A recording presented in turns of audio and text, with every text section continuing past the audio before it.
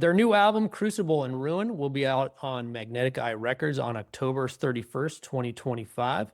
So be on the lookout for that. It's Yeah. called Gear Fever. Never goes Yeah. 1,000 to 1,500 bucks on either one, and you got it pretty good, I think. It's a Totally. $3,000 snare drum. It's like, what is it doing for you? Well, yeah, that green drum set is a TAMA Starclassic Birch from the early 2000s. And I have 10, 12 rack and 14, 16 on the floor, but I ended up wanting 3 up top. So I took 2 of the floor tom brackets off that 14-inch floor tom Okay. and flipped it upside down and put it up there and racked it. I went to my boss and I was like, don't let that hit the floor. Dibs. Drums are round and they go boom. We can nerd out all day. Yeah. The pinstripes, the Remo pinstripes. Those are old school. All Yeah. throughout the 90s or 2000s, I was doing those. But then I went over to Evans, EQs, the thicker, I think they're 2-ply if I'm not mistaken. If you're ever up in Cleveland, go check out this store called Steebles.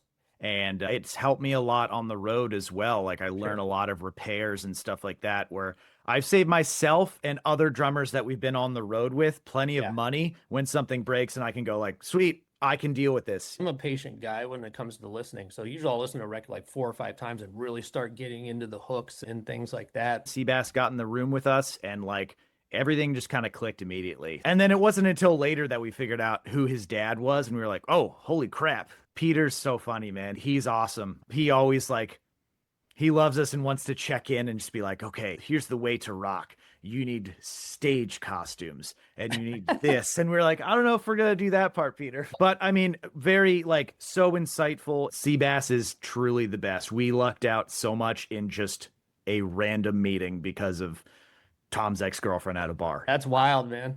I was really curious because, strangely enough, I've not been to Nashville yet. Gene Simmons' backing band, and then they'll come home and do a country gig. So I think the thing that we found with most of the hired guns around here is they're all rockers. So there's a really good just community around here of just talented musicians that can play pretty much anything.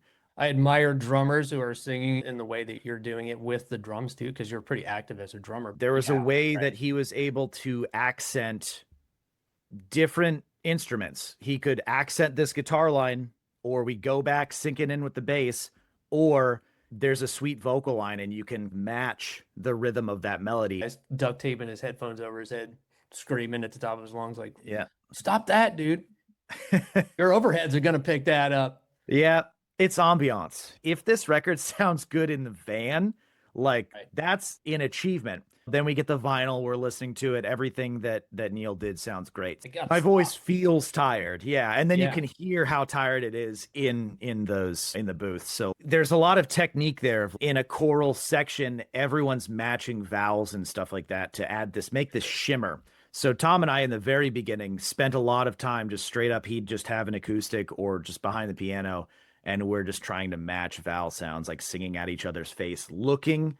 You just have to be good, and you got to work your ass off, and you can make something that sounds awesome. The one thing I'm working on now is trying to find somebody who is a drummer who teaches vocal lessons, because it's a whole nother ball game when you're sitting down. So it's posture is so important back there just playing drums, but then to sing and have enough air and be strong with it is quite difficult. So that's my current journey.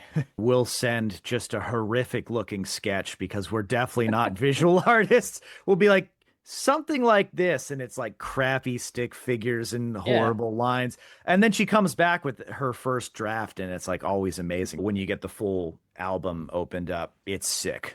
An album really should be like Christmas for a fan. You get the whole thing, and that's living the dream, man. The album drops on Halloween. Was